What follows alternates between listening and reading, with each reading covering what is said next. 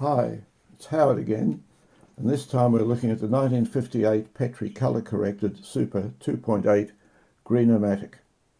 Believe it or not, I bought this camera new 62 years ago, and I've got to say it's held up a lot better than I have. It was my first modern camera, and if I remember correctly, it cost me £24, 10 shillings Australian. At 17 years of age, that was about 2.5 weeks' pay. So even though it was a cheapish camera, it was still expensive to me. The main reason I bought it was because a friend of mine who worked in a camera store recommended it. They'd carried out some tests of several cameras and had mixed up the prints between the Leica M3 and the Petri. And at 10 by 8 rather, they were unable to differentiate between them. They then blew some up to 20 by 16 and still weren't sure.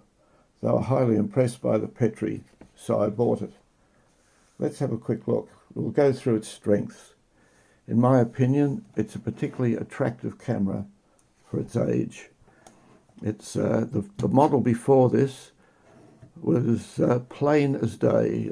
It had a face only a mother could love, and I think the designers thought we've got to do better next time, so they came up with this, and in my opinion they did an excellent job of it.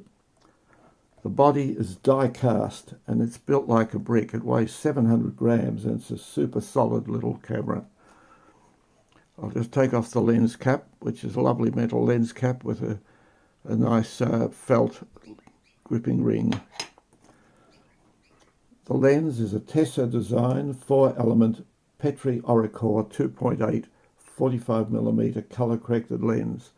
Stop it down a couple of stops and you'll find it's extremely sharp. The viewfinder is excellent, and it's got the gold gleam frame, their term, not mine, but nevertheless the frame is very bright and has automatic parallax correction, very unusual for that time. And if you wear glasses, you'll be able to see it all in the viewfinder, no problem. It's got a very bright viewfinder with the Greenomatic system that they used. And the use of the green glass in half of the viewfinder system makes the rangefinder spot stand out extremely well. And for its age, the viewfinder is still very bright. Strangely, they built their own shutters, which a lot of companies didn't do, especially the smaller companies.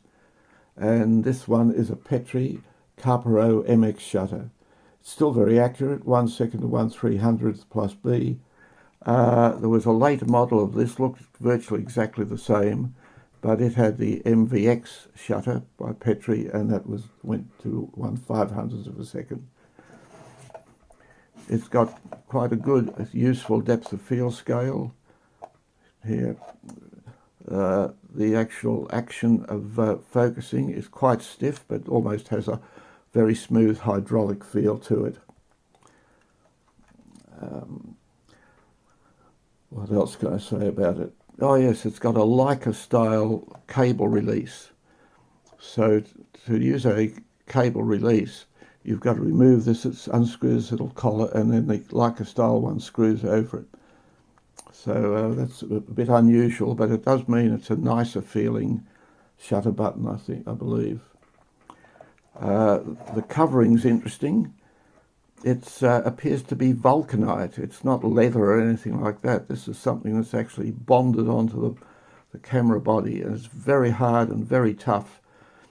I had to pull a lens out of another old one of these once, and to get to the lens mounting screws, which are sort of here and here, I had to get the covering off, and it came off in shards. So if you think of pulling one apart, keep that in mind. It focuses from 2.8 feet to infinity. And basically it's a very nice little camera to use for a mechanical camera of its era. It's an excellent layout. We've got the shutter speeds, MX tab, and the little post for the flash. The aperture, now the aperture ring is a bit narrow and a bit hard to move, so that's one slight downside. Then we've got the depth of field scale combined with the focusing. We've got a film speed reminder on the top.